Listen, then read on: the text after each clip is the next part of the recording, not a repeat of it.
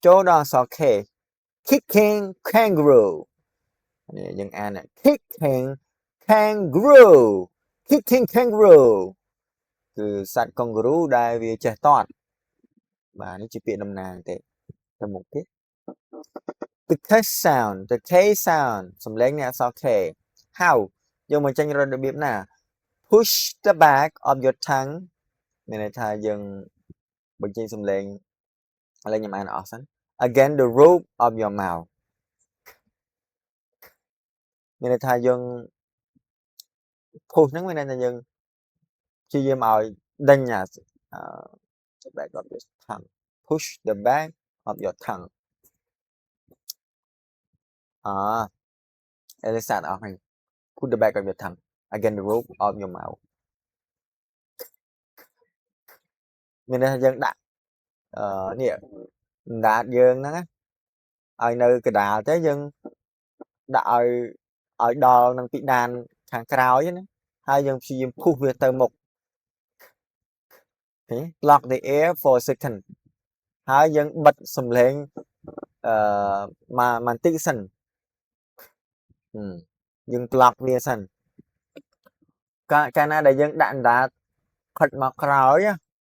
បាទដាក់ខិតមកក្រោយអញ្ចឹងទៅវា block the air គឺដល់ពេលហ្នឹងអត់មានខ្យល់ហើយយើងបិទខ្យល់មែនទេហើយយើងព្យាយាមពុះវាមកមុខមករុញវាមកមុខបាទឃើញទេគេឲ្យ block the air for a second មក plate សិនមុននឹងយើងបញ្ចេញវា then release it with a sharp stop a sharp pop បាទឃើញទេហ្នឹងហើយបងប្អូនធ្វើចឹងមកគឺអាចបញ្ចេញសំឡេង K នឹងបានណា rule បាត់របស់វា keep your throat completely quiet គឺនៅពេលដែលយើងបញ្ចេញសំឡេងហ្នឹងគឺអត់ឲ្យចេញvibration ឬក៏អីទេនៅលើពងកយើងគឺធម្មតាស្ងប់ស្ងាត់ធម្មតា kite king kangaroo kite king kangaroo watch out other spelling the letter C and the combo CK often make the exact same sound ចឹងគេថាវាស្រៀងគ្នានឹងអក្សរ J ដែរមានអក្សរ C មួយហើយនឹងការគួបចូលគ្នារវាងអក្សរ C និងអក្សរ K គឺពាក្យទាំងឡាយណាដែលមានពេលខ្លះអក្សរ C ហ្នឹងក៏វាបញ្ចេញសំឡេងដាក់ដូចពាក្យនេះចឹង cat វាមិនទៅជា sad ទេណាកន្លែងនេះណាគឺ cat dark នេះ CK នេះគឺមានសំឡេងដូចគ្នា dark ឃើញទេអានេះគឺបងប្អូនត្រូវរៀនហើយត្រូវចាំកន្លែងហ្នឹង the K is silent when followed by an N កាលណាដែល K នៅពីមុខ N តាមក្រោយ K ចឹងក៏បានដែរគឺអា K មុខហ្នឹងគេអត់អានទេដូចពាក្យ ni បាទយើងឆ្ងល់ហើយមិនបានគេមិនអានគ្នាទៅគេអាន ni ភាសាតែវាអញ្ចឹងបាទ phonetic alphabet របស់វាគឺអញ្ចឹង phonetic symbol របស់វាគឺអញ្ចឹង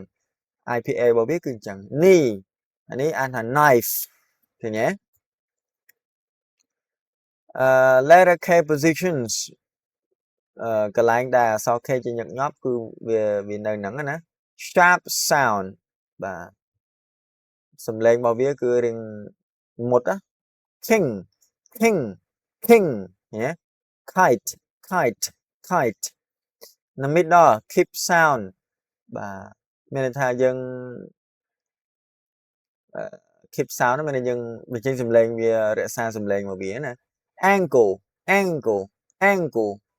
market market market នេះគេអានថា market follows C កាលណាដែរបាទភាគច្រើនបើវានៅក្រោយគឺវា follow នេះអក្សរ C នេះ back ឬក៏ walk នៅអញ្ចឹងសរុបរួមមកនៅខាងដើមក៏មាននៅកណ្ដាលក៏មាននៅខាងចុងក៏មានឥឡូវយើងមើលរបៀបសរសេរនៃអក្សរ K kangaroo 1 2 3របៀបសរសេរបងប្អូនមើលតាមលេខហ្នឹងគឺត្រូវហើយ1 2 3បាទយើងមើលពាក្យរបស់វា key key នេះកូនសោ kite kite នេះគឺខ្លែង king king នេះគឺស្ដេច kangaroo kangaroo នេះគឺជាសត្វ kangaroo